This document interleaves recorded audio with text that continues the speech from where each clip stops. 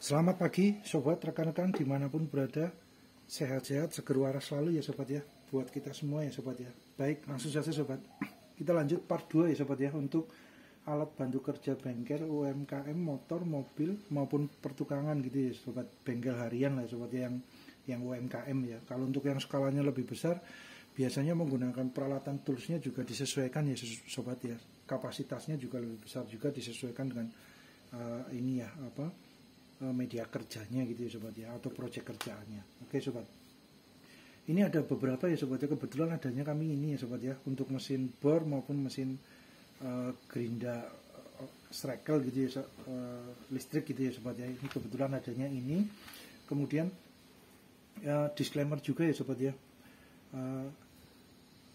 hal ini bukan untuk menyatakan bahwa merek A produk A lebih baik daripada merek B produk B atau sebaliknya, tidak ya sobat. Karena tiap-tiap peralatan tools, equipment, tukang, dan bengkel mempunyai ciri khas, keunikan plus minusnya masing-masing sobat. Disesuaikan dengan kebutuhan profesional proyek kerjaan atau budget dana yang tersedia. Itu ya sobat ya. Nah ini kebetulan kami ada untuk yang mesin bornya, dari modern ada, dari Clayton ada, ukuran cuknya yang 13 mm ya sobat ya. Biasanya kami menggunakan 13 mm lebih besar dari itu ya. Jarang kami menggunakan yang di bawah 13 mm karena biasanya tidak ada menu untuk impact drill, bobok tembok, bobok betonnya sobat ya. Nah, gitu. Kemudian untuk yang mesin gerindanya sobat, mesin gerinda angle grindernya yang listrik, kami ada yang Makita, ada yang JLD, ada yang pink polos sobat. Polosan itu sobat, pink namanya, tidak ada mereknya sobat, polosan sobat, kita gunakan juga sobat. Terus kemudian untuk alat bantu yang berbagai kepentingan gitu ya sobat, keperluan dari proyek kerjaan biasanya cukup terakomodir dengan peralatan mesin bor listrik yang ada boboknya, ada bobok temboknya, maupun yang mesin gerindanya sobat ya. Biasanya kami gunakan untuk yang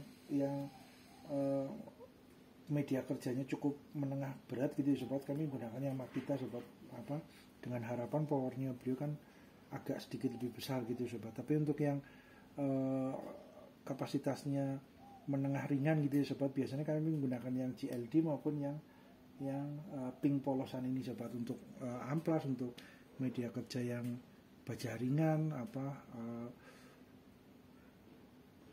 kanal C, untuk pasang kanal C itu yang baja ringan kanal C itu kan juga ketebalannya tipis ya, 0,7 0,8 ya sobat ya. Itu biasanya masih bisa handle lah dengan yang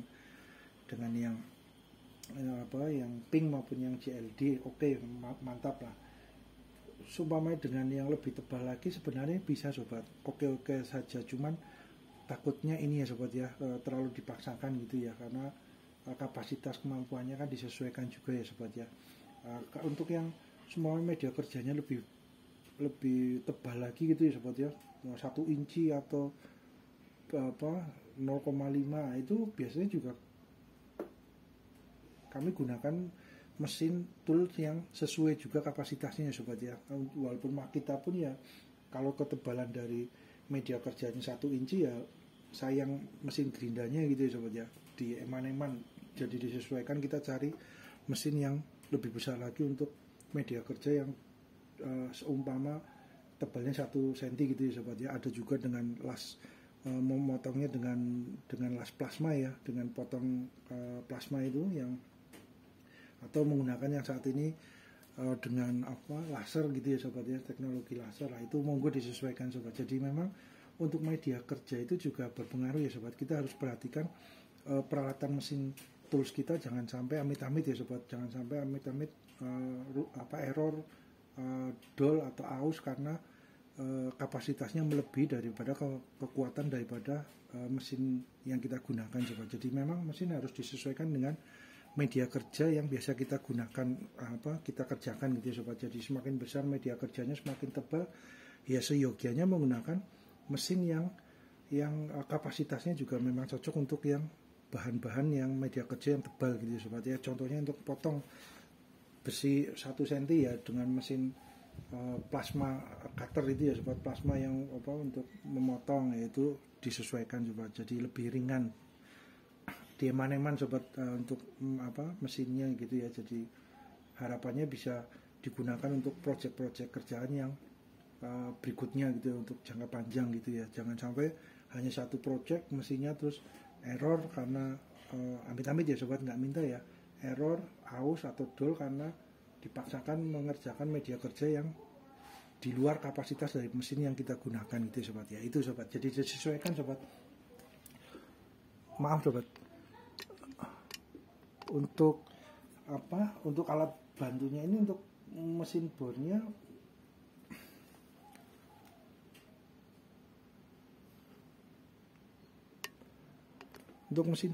untuk ini ya sobat ya, untuk lubang pada media kerja besi, kuningan, aluminium, kayu, keramik, granit, kaca, plastik, akrilik atau dan lain-lain yang disesuaikan dengan kapasitas mesin bornya gitu ya sobat ya. Terus untuk mesin gerindernya, angle grindernya sobat, itu juga dapat memotong besi, kuningan, aluminium, kayu, keramik, granit, kaca, plastik, akrilik dan media kerja yang lainnya sobat, yang sesuai dengan kapasitas mesin gerindernya maupun mesin bornya gitu ya sobat ya. Kemudian harapannya jangan dipaksa ya sobat ya, jangan overload, takutnya mesinnya, biasanya sobat amit-amit ya kalau dipaksa itu ini sobat ya, kumparan ini kawatnya takutnya ya, amit-amit nggak minta sobat, itu karena dipaksa terlalu berat, overload di luar kapasitas daripada mesinnya, kawat dinamonya biasanya konslet sobat, atau terlalu panas meleleh akhirnya putus, akhirnya konslet sobat. Nah itu amit-amit jadi mesinnya error, mati gitu ya sobat ya. Itu walaupun sebenarnya juga seumpama kawatnya putus konslet di jalan ya tetap bisa digulung ulang gitu ya sobat ya. Cuma kan kita jadi effort ya, nambah kerjaan gitu ya sobat ya, amit-amit nambah kerjaan, kita bongkar, kita lilitannya diperbaiki lagi ya, biasanya tetap bisa digunakan gitu sobat ya. Yang penting part-part lainnya juga masih oke gitu ya. Kalau semuanya overload, ternyata tidak hanya kawatnya yang konslet, putus, meleleh gitu ya sobat ya, karena terlalu panas, atau mungkin ini covernya karena ditekan terlalu keras terus pecah, itu merembet kemana-mana ya sobat ya. Semuanya gearnya ini banyak yang rompal gitu ya sobat, pecah dikit-dikit gitu ya sobat, karena terlalu dipaksa. Itu juga akan berpengaruh juga sobat, berpengaruh lagi juga di lakernya sobat. Lakernya juga jadi bearingnya di dalam oblak gitu ya sobat ya, nggak center lagi, jadi lajunya mesinnya tidak lurus tapi agak goyang-goyang. Nah, itu juga akan pengaruh juga banyak sobat. Jadi ketika kita kerja, kita juga lihat ya sobat ya, media kerja kita apa, proyek kerjaan kita apa, disesuaikan dengan kemampuan kapasitas mesinnya kita sobat. Jangan dipaksakan lah, eman-eman sobat, karena harganya kan ya lumayan gitu ya sobat ya. Harapannya dapat digunakan untuk menyelesaikan proyek-proyek kerjaan yang berikutnya. Jangan sampai terus hanya satu proyek kerjaan terus error, amit-amit ya sobat, nggak minta. Nah itu sobat, jadi ininya banyak ya korelasinya, dari proyek kerjaan itu korelasi ke mesinnya cukup banyak ya sobat ya. Jadi akan inilah, ini juga untuk pemukulnya ini hammernya ya, impact drillnya takutnya juga pecah juga sobat kalau dipaksakan terlalu berat gitu ya sobat ya. Kalau kan semuanya menggunakan bobok tembok dengan yang kapasitas gede, kan ada juga sobat mesinnya yang untuk bobok tembok dengan kapasitas lebih besar lagi, lebih kuat lagi, itu ada lagi ya sobat ya, harganya juga lumayan besar ya dananya ya. Nah itu sobat, jadi disesuaikan aja ya sobat ya, jangan dipaksakan eman-eman sobat. Terus kemudian untuk ini sobat, alur kerjanya ya sobat ya, kita lanjut yang alur kerjanya kemarin ya sobat ya. Jadi seumpamanya alur kerja sederhananya sobat, ini ada karbonnya, berasnya. Nah, karbon berasnya ini di sini ya posisi ya. Jadi kelistrikan kita juga cek juga ya sobat ya. Seumpamanya ada kendala, bornya rusak, mati gitu ya sobat, nggak nyala ya, kita lihat, bongkar dulu, lihat, dan ketika bongkar ini sobat harus diperhatikan, jangan dipaksa dibongkarnya ya sobat ya. Jadi ini sobat, ketika posisi tutup gini, biasanya kami posisikan untuk yang ininya sobat, untuk yang menu bor biasa ataupun yang hammer posisi di bawah, terus kemudian yang kanan kirinya juga di posisi di bawah, biasanya kami gitu sobat. Nah, supaya posisinya mentok di bawah ya sobat ya. Nah kemudian untuk yang sini sobat, nah ini karena masih baru ya sobat ya, kebetulan kan masih kencang di sini sobat, di posisi ini ininya agak kencang masuk ke sini sobat ya. Ketika akan buka itu ada baiknya ini sobat ya, gunakan peralatan congkel kecil gitu ya sobat ya. Ya ini biasanya untuk handphone sobat, untuk elektronik ya, tapi biasanya kami aplikasikan untuk yang lain itu. Untuk bongkar mesin juga sangat membantu ya sobat ya. Seyogianya punya ya sobat, seyogianya punya ya. Ini biasanya kami gunakan yang dua ini. Jadi ini posisinya intinya ini sobat, di lakarnya ini as lakarnya ditahan, kemudian ketika buka ini dicongkel pelan-pelan dari ujung ke ujung dengan yang ini atau yang sini ya sobat ya. Nah itu sobat ya, dilihat juga sobat ketika akan bongkar mesin pertama kali, apalagi belum hafal gitu ya posisi letaknya, itu ada baiknya telaten sabar sobat, nggak usah terburu-buru, kasih waktu yang banyak agar ketika bongkar kita juga nggak ada part yang copot atau rusak di dalam ketika kita bongkar. Amit-amit nggak minta sobat. Nah itu jadi kalau ini biasanya di sininya sobat, di lakarnya ini karena masih kencang ya posisi rumahnya, jadi agak ganjel di sini ketika mau dibuka lah. Ininya biasanya kami gunakan ini yang lurus ini sobat, kita ganjel di sini dari luar ya, kemudian terus dicongkel pelan-pelan gitu sobat ya, dicongkel pelan-pelan gitu sobat, telatet biasanya kebuka dat. Nah itu sobat. Kemudian dari kelistrikan ini juga biasanya kita gunakan ini ya sobat ya, untuk ngecek ya, menggunakan multitester ya sobat ya. Itu sangat membantu untuk melihat apakah kabelnya ada putus di jalan atau kabelnya skunnya ini rusak gitu ya, skunnya mungkin korosi atau ada enggak kencang gitu ya sobat. Itu tinggal dibuka, dibersihkan dengan amplas dikit-dikit, terus kita pastikan terpasang dengan baik gitu ya sobat ya. Terus kemudian ini kabelnya sobat, kabelnya kan berhubung cukup kecil gitu ya sobat ya, ya karena rata-rata memang segini sobat ya. Hati-hati sobat, jangan sampai ketarik, copot atau putus gitu sobat, amit-amit nggak minta. Kemudian dari kelistrikan ini kita lihat dengan multitester. Kemudian dari saklarnya ini sobat, saklarnya juga kita lihat ya, di dalamnya kan ada pin lempengan konektor skunnya juga ya, yang kuningan itu juga dilihat sudah aus atau korosi apa tidak, kotor apa tidak, itu dibersihkan juga sobat ya. Nah ini kalaupun pengen cara mudahnya ya tinggal beli ini saklaran satu set kan sekitar 25.000 ya sobat ya, kurang lebih ya di online ya. Nah itu tinggal copot, terus kabel-kabelnya yang masih oke tinggal dipasang. Kalau semuanya kendalanya di saklarnya ini sobat. Kemudian ini sobat untuk gonta-ganti arah putaran bornya itu sobat, kanan ataupun kiri ya, mengencangkan itu kanan, mengendorkan ke kiri. Ini hati-hati sobat, ada baiknya ketika merubah posisi putaran ke kiri maupun ke kanan, mengencangkan maupun mengendorkan, posisi udah berhenti ya sobat ya. Karena kami juga pernah ini ya sobat ya, karena terburu-buru kita pasang waktu itu ini pintu di kantor gitu ya sobat, pintu kaca gitu ya sobat ya. Nah, pintunya dengan besi, bukan pakai aluminium, pakai kaca. Ketika kita buru-buru pengen memasang baut segala macam, kita putar kan, karena ininya belum berhenti, kita sudah ganti pindah sini, berusaha dipindah. Biasanya ini sobat, plastiknya ini karena masih ada tekanan gitu ya, belum berhenti, amit-amit nggak minta sobat, patah sobat. Nah itu patah ya karena plastiknya kecil, dikasih Alteco ataupun lem besi itu biasanya copot lagi sobat. Jadi mau nggak mau harus ganti saklarnya. Ya itu sobat, hanya karena amit-amit ya, human error, karena terburu-buru ketika mau mengganti posisi putaran ke kanan maupun ke kiri belum berhenti, akhirnya ini sobat, amit-amit ya, plastiknya pecah gitu ya sobat. Nah, itu harus ganti satu saklar sobat. Jadi habis karena dipakai akal, dikasih lem Alteco lem besi, lem G, itu tetap copot lagi sobat, karena ini ya cukup besar tekanannya juga ya sobat ya. Kemudian dari saklar ini masuk ke ini sobat ya, ke brasnya ini ya, ke karbonnya gitu ya.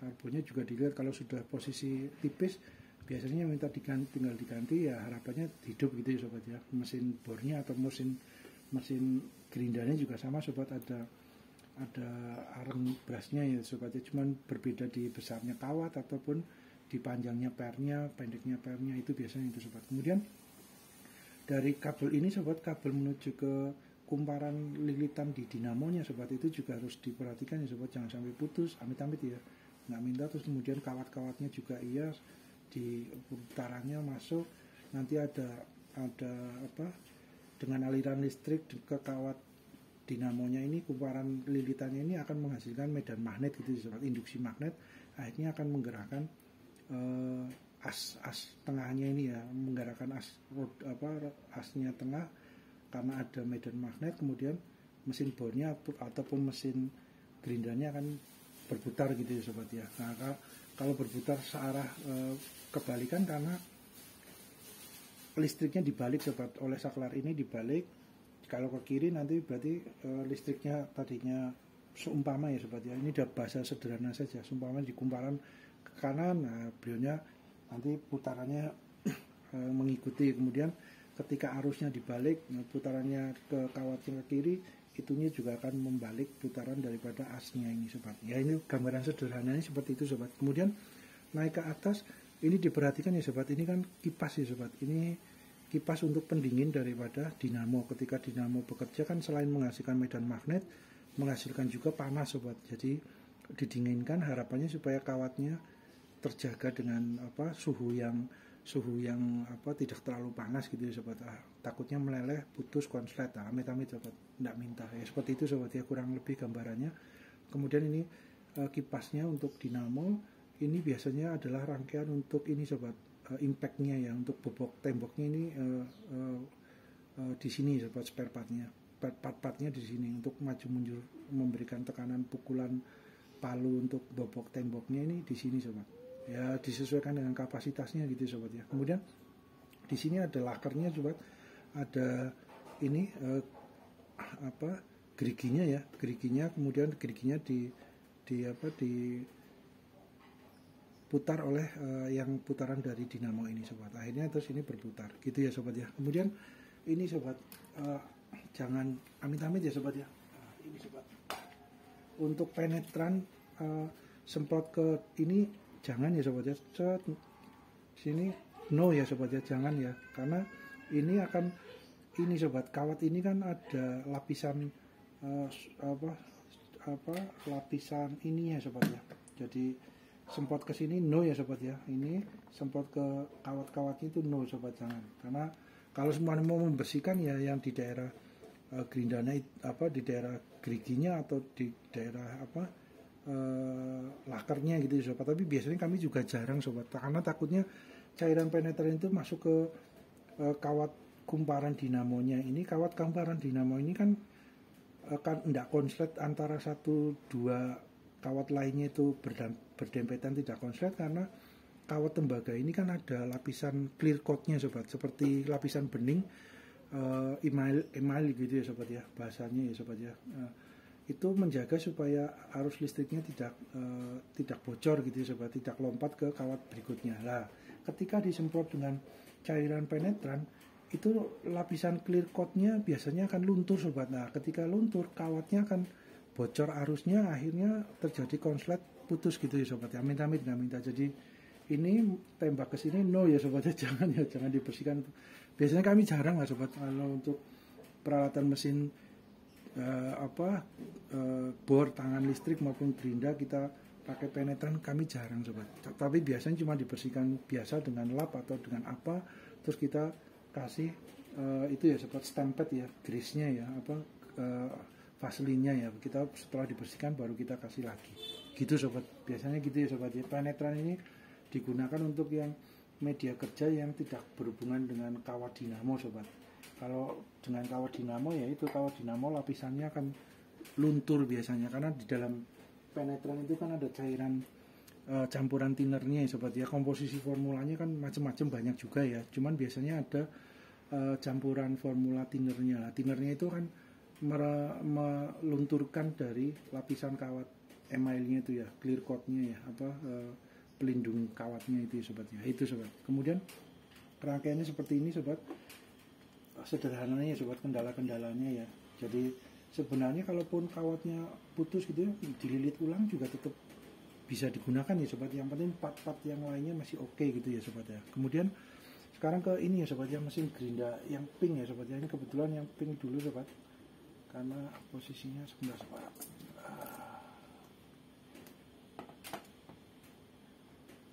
Nah ini besi yang bagian depannya sobat.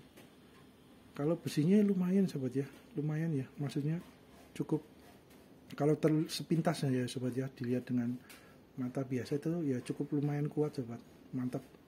Terus geriginya ini ya sobat, model geriginya agak halus ya sobat ya, nggak terlalu yang apa besar-besar gitu ya sobat ya, disesuaikan dengan kapasitasnya. Biasanya kalau gerigi dan ininya agak halus gitu ya sobat ya, kekuatannya biasanya untuk menengah ringan gitu ya sobat ya. Tapi kalau geriginya lebih gede, lebih kuat, besinya apa putaran diameternya lebih gede lagi, itu biasanya untuk yang pekerjaan yang lebih kapasitasnya menengah cukup berat, itu biasanya gitu sobat ya, biasanya sobat. Tapi ya tetap dapat digunakan sekali waktu, cuman ya jangan diforsir gitu ya sobat ya.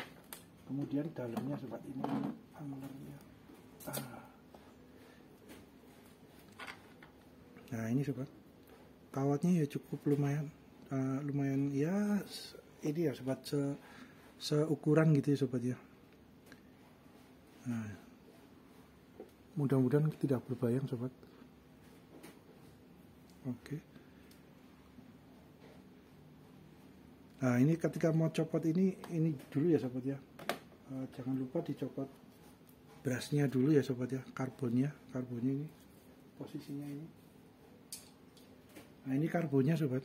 Nah, karbonnya dengan yang mesin bor, karbonnya sama sobat, cuman pernya lebih panjang, terus kabel kawat di dalamnya itu lebih gede, lebih kecil, disesuaikan dengan kapasitas mesinnya sobat. Tapi kalau untuk karbonnya kotakannya hampir sama ya, dimensinya sepintas kurang lebihnya sama, cuman agak berbeda di panjangnya pernya sama kawat di dalamnya sobat. Nah itu.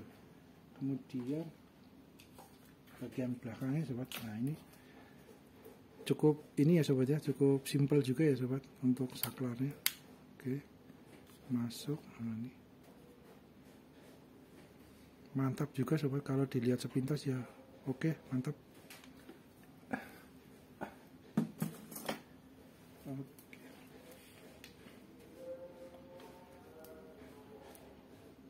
Sebentar ya sobat ya. Oke, lanjut ya sobat ya, rekan-rekan. Nah ini sistem kerjanya sebenarnya ya hampir sama ya sobat ya, antara mesin bor maupun mesin gerinda. Itu komponen utamanya adalah angler, apa ya namanya ya kumparannya gitu ya sobat ya. Itu hampir sama sobat. Jadi hanya beda di panjangnya maupun dimensinya gitu ya, gede kecilnya, part-partnya itu ya sobat ya. Untuk apa namanya, kabel kumparannya ini hampir sama sobat. Sepintas secara kasat mata itu hampir sama ya sobat ya. Mungkin lebih besar sedikit yang mesin bornya kelihatannya sobat, lebih gede lah. Kemudian untuk susunan struktur sistemnya hampir sama ya sobat ya, anglernya ya. Jadi ada kumparan, ada tembaga yang berasnya ini. Hati-hati di sini ya sobat ya, hati-hati juga di posisi ini sobat ya. Nah ini sobat, ini kawat ini jangan sampai putus juga ya sobat, hati-hati ya, amit-amit ya, enggak minta. Nah ini itu harus diperhatikan juga. Terus kalau semuanya ini sudah aus, tembaga ini yang bersentuhan dengan karbon brasnya itu ya sobat, itu juga akan berpengaruh juga ya sobat. Tebal maupun sudah tipis biasanya juga akan mempengaruhi kekuatannya juga ya sobat, putarannya gitu ya. Nah ini kemudian untuk kipasnya bentuknya seperti ini sobat, untuk yang grindernya ini ya, untuk gerindanya sobat ya, untuk panjangnya. Nah, dari putarannya ada medan listrik menjadi dikonversikan menjadi ada medan magnetnya, kemudian untuk memutarkan asnya itu ya sobat, asnya dari dinamonya itu sobat, akhirnya berputar untuk mesin bornya maupun mesin gerindanya sobat ya. Kemudian untuk yang mesin ini sobat, gerindanya ini sobat, ini kan ada posisi ini ya sobat ya, untuk stoppernya ya, apa ya, stopper ini sobat ya, untuk stopper ketika kita mau mengganti mata gerindanya sobat. Ini kan naik turun sobat, ini hati-hati di dalamnya ada pernya sobat, jangan sampai copot sobat. Ini kalau copot agak sulit juga ya, kesulitan untuk masangnya lagi sobat. Jadi hati-hati untuk ini posisi ini. Nah ini ketika beliau dipejet menonjol, beliau akan stoppernya di posisi ini sobat, lubang-lubang ini, 2 lubang ini, stopper cek. Nah beliau berhenti, kemudian untuk membuka mata gerindanya ini ya sobat ya, lebih mudah gitu ya sobat ya. Nah itu. Terus kemudian ini sobat yang diperhatikan lagi, kalau kami melihat ini untuk baut yang sini sobat, baut sini cukup besar sobat, bautnya adalah baut yang model gini sobat. Nah, bautnya agak besar dengan posisi dratnya agak besar juga ya sobat ya. Nah itu yang diperhatikan yang ini sobat, yang untuk drat kecilnya ini sobat. Nah ini bautnya kecil dan dratnya halus sobat, untuk masuk ke posisi ini sobat, untuk masukkan ini. Nah ini masuk ke sini dalam drat. Nah ini posisi di sini sobat, ini bautnya halus, dratnya halus, bautnya juga kecil. Ini kalau semuanya bongkar pasangnya ini ya sobat ya, telaten, jangan dipaksa sobat, karena takutnya rumah dratnya dol, aus, amit-amit nggak minta, atau bautnya yang dol juga sobat, untuk ininya ya aus juga untuk dratnya ini sobat. Jadi ini diperhatikan sobat untuk ketika bongkar maupun pasang. Nah kemudian seumpamanya agak sulit sobat, dibukanya, kami menggunakan ini sobat, bantuan tang buaya ya sobat ya. Tang buaya itu posisi di semuanya ini posisi masuk ya. Bentar sobat, ini posisi masuk, set. Nah kita posisinya ini disesuaikan ya sobat ya. Nah kemudian ini cukup rentan ini sobat, diperhatikan ya, karena bautnya kecil, kebetulan ya bautnya kecil, terus dratnya juga halus gitu ya. Nah, ini posisi dipegang dengan tang buayanya, terus kemudian baru bersama-sama dengan obengnya sobat. Jadi ini diputar dengan tang buayanya diputar, obengnya juga diputar bersamaan, biasanya lebih mudah untuk dibuka ya sobat ya. Seumpamanya agak sulit dibuka sobat, jangan dipaksa amit-amit sobat, jangan dipaksa ya untuk bukanya ini ya. Itu kemudian ini sobat, untuk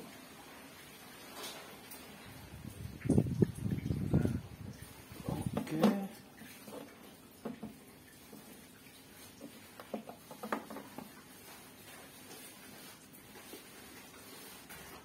Sobat, berhubung dengan durasi, kita lanjut di part ketiga ya sobat ya. Mudah-mudahan bermanfaat. Terima kasih.